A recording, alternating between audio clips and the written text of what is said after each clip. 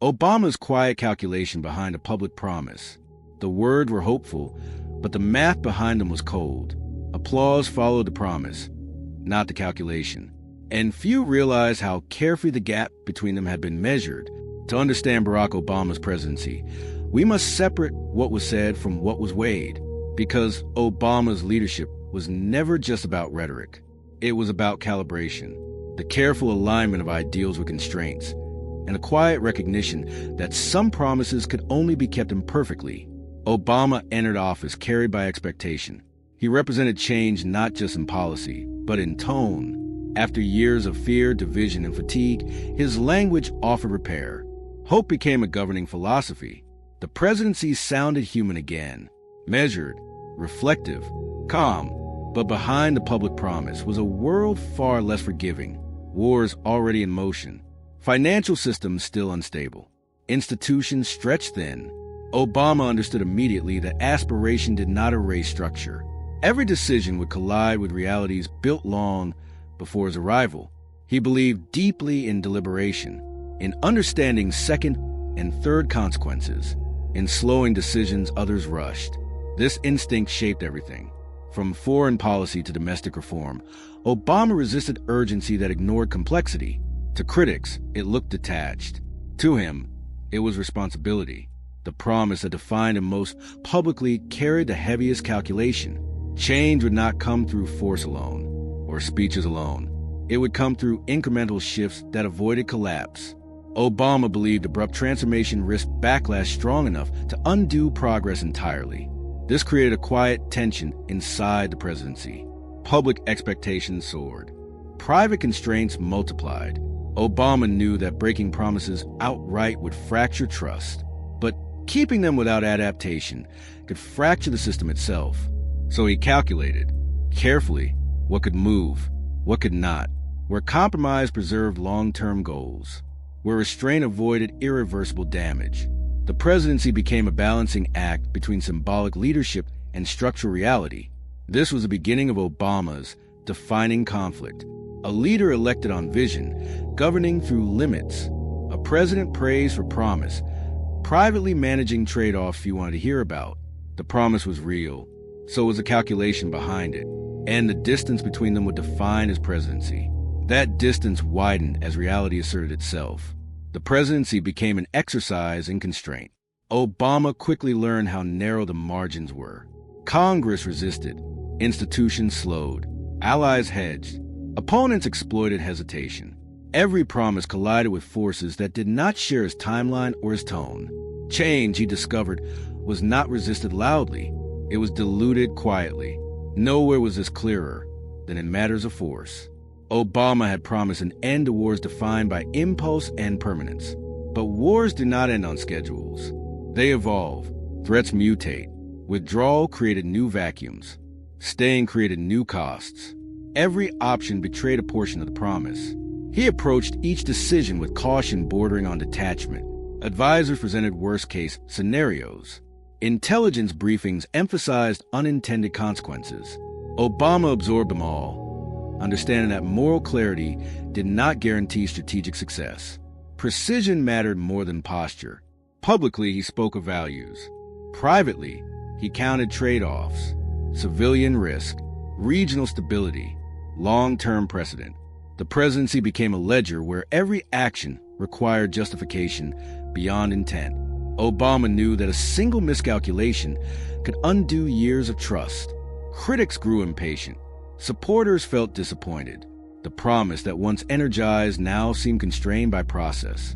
Obama accepted this tension. He believed leadership required protecting the future from the enthusiasm of the present. The emotional conflict deepened here. Obama was not choosing between right and wrong. He was choosing between imperfect outcomes, between visible progress and invisible prevention, between decisions that satisfied crowds and decisions that reduced unseen risk.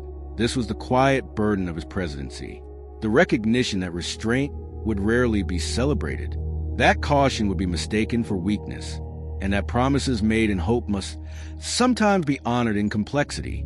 The calculation never stopped. It simply became heavier. The conflict reached an emotional peak when calculation met consequence, and restraint stopped feeling temporary. As Obama's presidency continued, the gap between promise and perception hardened. Decisions meant to limit harm were judged by what they failed to change. Each compromise became evidence to critics that hope had been overstated. To Obama, those same compromises were proof that collapse had been avoided. Nowhere was this clearer than in moments of force. Precision strikes replaced invasions. Targeted actions replaced broad campaigns. These choices reduced immediate risk, but expanded ethical debate. The presidency now operated in gray space, where success was measured by disasters that did not occur. Obama felt the isolation acutely. Every option presented moral cost. Acting too forcefully betrayed restraint. Acting too cautiously invited instability. The calculus never produced certainty, only marginal improvement, only damage control. Privately, Obama acknowledged what the public rarely accepted, that some promises were aspirational by design. They set direction, not timetable. But aspiration without visible transformation bred frustration. The very language that carried him into office now raised expectations no system could fully meet. The emotional conflict sharpened here. Obama realized that leadership grounded in realism risks being remembered as hesitation, that managing complexity rarely produces moments that feel decisive. The presidency became quieter, lonelier, more inward, yet he held to the calculation.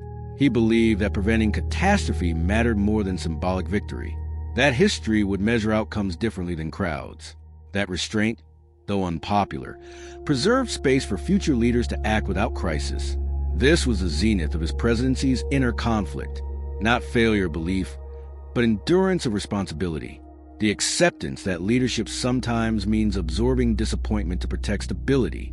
The promise had not vanished. It had been transformed. And transformation, when subtle, is often mistaken for absence.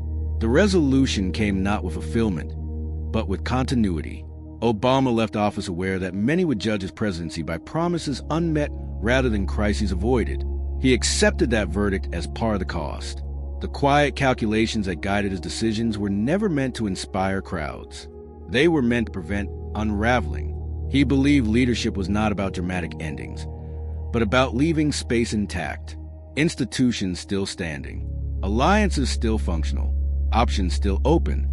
The presidency, in his view, existed to reduce risk over time, not eliminate it in moments. This is why his story matters. It reframed success as preservation rather than transformation. Obama showed that restraint can be intentional, that caution can be strategic, and that promises can guide direction even when they cannot dictate speed. The calculation behind the promise was never cynical. It was protective. He understood that systems break when forced too fast. That progress achieved without durability collapses under backlash. His presidency absorbed pressure rather than amplifying it. History will continue to debate what he changed and what he did not. But beneath that debate lies a quieter legacy. A presidency that chose stability over spectacle, process over impulse, calculation over chaos. Obama's leadership reminds us that not all impact is visible. Some of it exists in what never happened, in wars not expanded, in crises diffused before they reached the public. The promise was public. The calculation was private. Both defined the presidency. Obama